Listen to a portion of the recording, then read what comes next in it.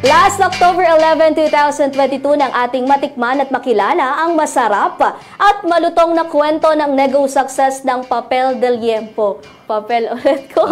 Manipis na manipis kasi. Yeah, oh. Oh my gosh, parang Pasko ulit Parang gusto kong kumain. Kumain na naman.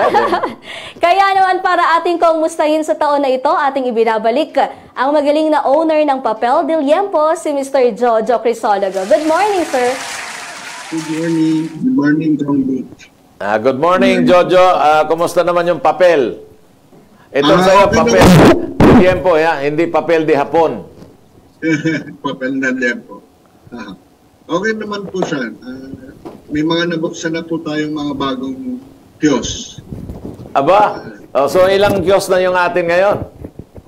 Nadagdag po, bali-anim na po lahat, nadagdag 4. Marikina, Malabon, Sampaloc, at saka may nilalakad sa Pasig ngayon. Ayun. Mag-o-open ang Malabon sa 15. Sa January 15. Yung Sampaloc sa January 18. Ba, talagang tuloy-tuloy yung pag-unlad. Jojo, may kamahalan ngayon yung karne, di ba? Yung baboy. Magkano ang bili mo ng baboy dahil pwede kitang bigyan ng supplier na mura? Nasa 285 po. 285? O sige, mamaya tatawagan kita. May tatawagan ka. 220 lang yung presyo nila. Para mabilis yung paglago ng negosyo. Apo. Frozen siya from Canada yung meat natin. Ganon din. From US pa nga siguro ito. Kasi alam mo, bakit mura ang bilihin doon sa kanila? Ang feeds nila, puro byproducts yun. So, ang sekreto naman kasi ng presyo ng karne, nasa feeds.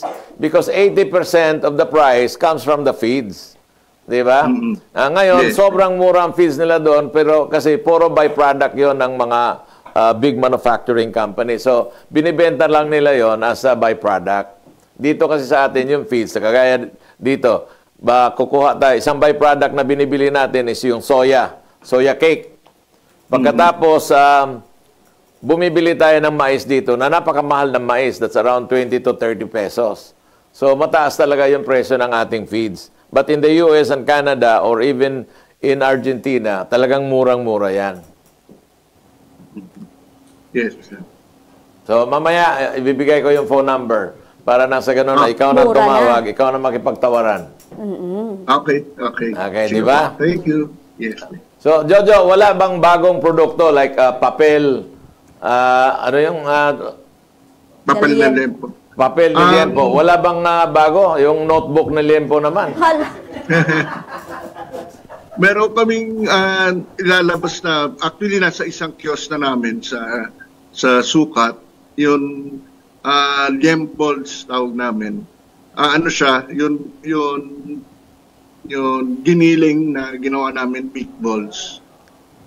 Tapos with rice, tapos with sauce. Ayun, talagang kakainin mo kaagad yan, ano?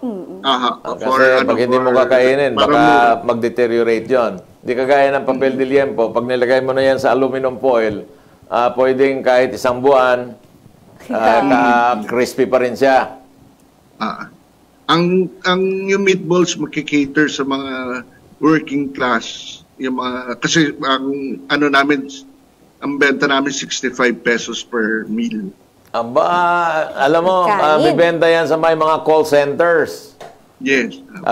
Meron kaming nagiging guest at madalas nga akong kinukuha na guest nila pag nag-opening sila. Meron siyang tinatawag na iniimbita kasi siya ng mga Robinsons building. Kasi doon sa Robinsons building, maraming call centers diyan. So, meron siyang mini food mart. Parang siguro mga 20 o 10 lang ang ating mga 20. At yung mga yung presyo mo, pasok na pasok. Para sa budget ng mga working class. So, ipapakilala rin kita para nang sa ganun, magkaroon ka ng pwesto sa kanya. So, Jojo, Yes. Can you invite them? So aside from the new product, ano pa bang mga bagong product na ini-introduce mo? Nilabas. Ayun, mga sausawan namin yun, suka, yung chili sauce. Binabattle namin ngayon. So binibenta mo rin yon? Ibebenta namin ng nakabattle na siya. Aside dun sa mga maliliit na binibigay namin na free, kung may gusto, may naghahanap kasi na maramihan eh. So, ang plano namin i-battle yun. Anong source ng suka mo? Kasi may galing sa tuba, may galing naman sa sugarcane, so may galing naman sa kakao. Anong source ng suka? Sugarcane. Sugarcane. Ayun. Naku, maasim yun kasi matamis na matamis yung sugarcane eh. Di ba? Tapos, nilalagyan ng sili. Siling labuyo. Tapos, siyempre, lalagyan mo rin ng sibuyas yan. Tapos, a little garlic. Bawang. Simple lang kami. Yung labuyo lang. Labuyo. Labuyo lang. Lagyan mo ng sibuyas para mas masarap. May asin. Alam mo kami sa Visayas, pagdating sa lechon, hindi kami kumukuha ng mga sauce na galing dito sa Maynila, yung mga malapot. Oo. Yung sa amin talaga doon, suka na may sibuyas at sili. Tapos lalagyan ng toyo, laban na yun. Laban na. Yan. I-try natin, maggawa kami ng ano pa.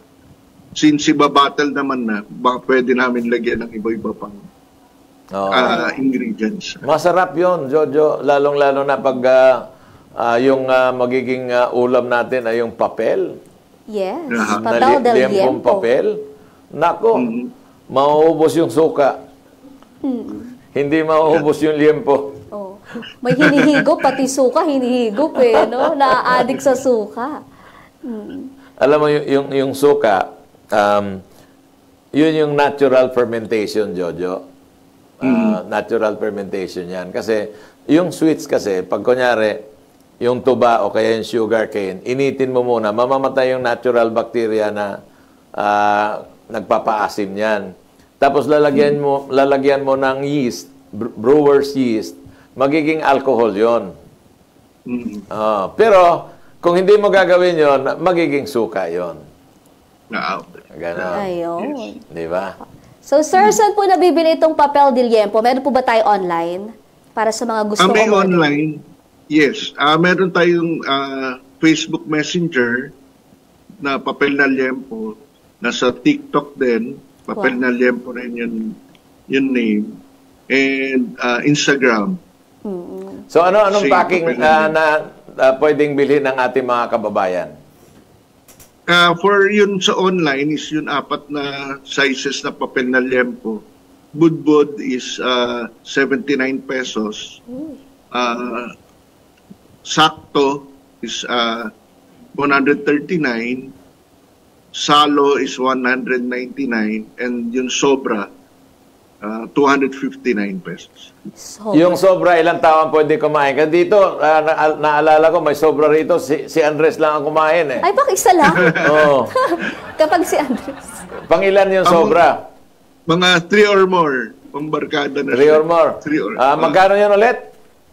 259. 259. Sige, mag-deliver ka ng 6 dito sa amin na estasyon.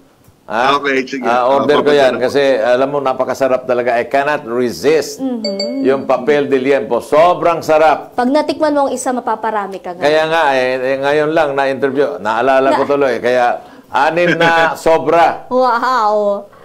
Okay. Isa lang naman dito si Andres. So, isa kay Andres. Yung iba, paghati-hatian namin. Okay. Pero nasa ano rin kayo, sir? Food Panda, ganon. Ang isang branch namin nasa Food Panda ngayon. Pero yun iba kasi sa Food Panda individual applications.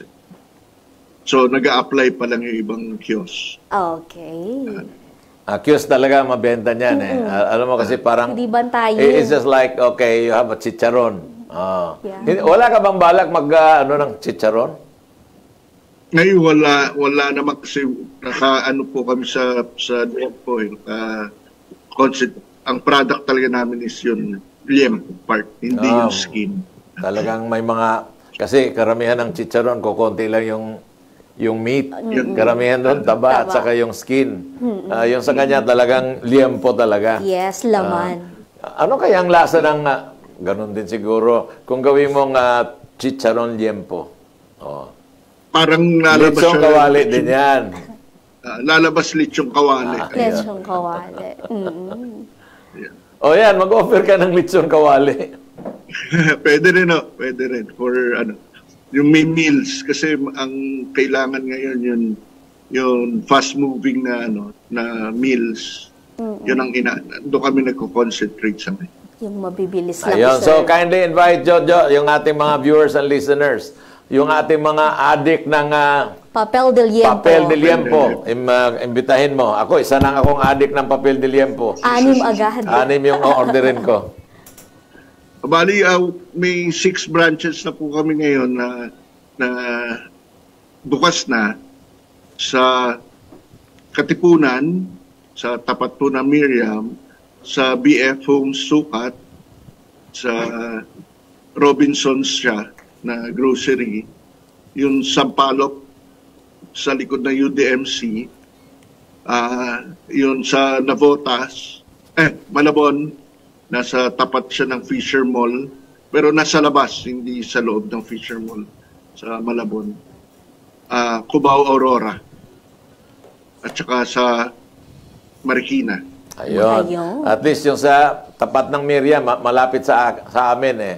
Pwede akong dumaan dyan para bumili. Yes. At tingnan mo naman yung label niya. Pad paper ng grade 1. Tingnan mo. Pakita mo yung Pakita natin ulit. papel. Yung label niya. Oh. Wow. Pad paper ng grade 1. Papel talaga. Yun yung sinusulatan ko nung araw when I was in grade 1. Yes. Yung may blue red. Papel na papel. Yes. Ayan. Okay, Jojo, thank you very much. Maraming salamat, Sir Jojo. At wag mo kalimutan, 6 na Sobra. sobra. Sobra. Pero yung isa Anong para flavor lang kay po? Andres. May flavors din kami, 9 flavors. Sige po. Anong flavors? Lahat ng flavor na sa 6 na yun. Okay. Sige, ano po pa. Ilan Diba? po ba ang Barbecue. flavors natin, Sir Jojo? Ilan po ang flavors? 9 flavors. Barbecue, cheese, sour cream, pizza, garlic, salt and vinegar, salted egg, tsaka ano isa, saucy beef. Tawag namin. Tapos yung original. Okay, ano na lang ako doon sa garlic. Sabi ko na sa cheese. Cheese at saka yung yung salted egg. Tama na yung 3, so tag 2-2. Yung pizza, bibili na lang ako sa Yellow Cab. Tsaka yung salted vinegar. Ano kayo lasa? Maasim-asim na maalat. Yung masarap yung salted Okay. vinegar. So, thank you very much, Jojo. Thank you for inviting me again. Yan. Happy New Year po. Congratulations ulit. Okay, Happy New Year din. Thank At you. saka pag nag-opening ka ng another branch na malapit dito, kumbidahin mo kami. Uubusin namin yung paninda nyo. Wow. Maghahanap po kami ng area ng dyan sa Ortigas area.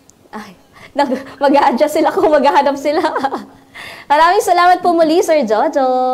Good morning. Sige. Thank you. Good morning. Yan.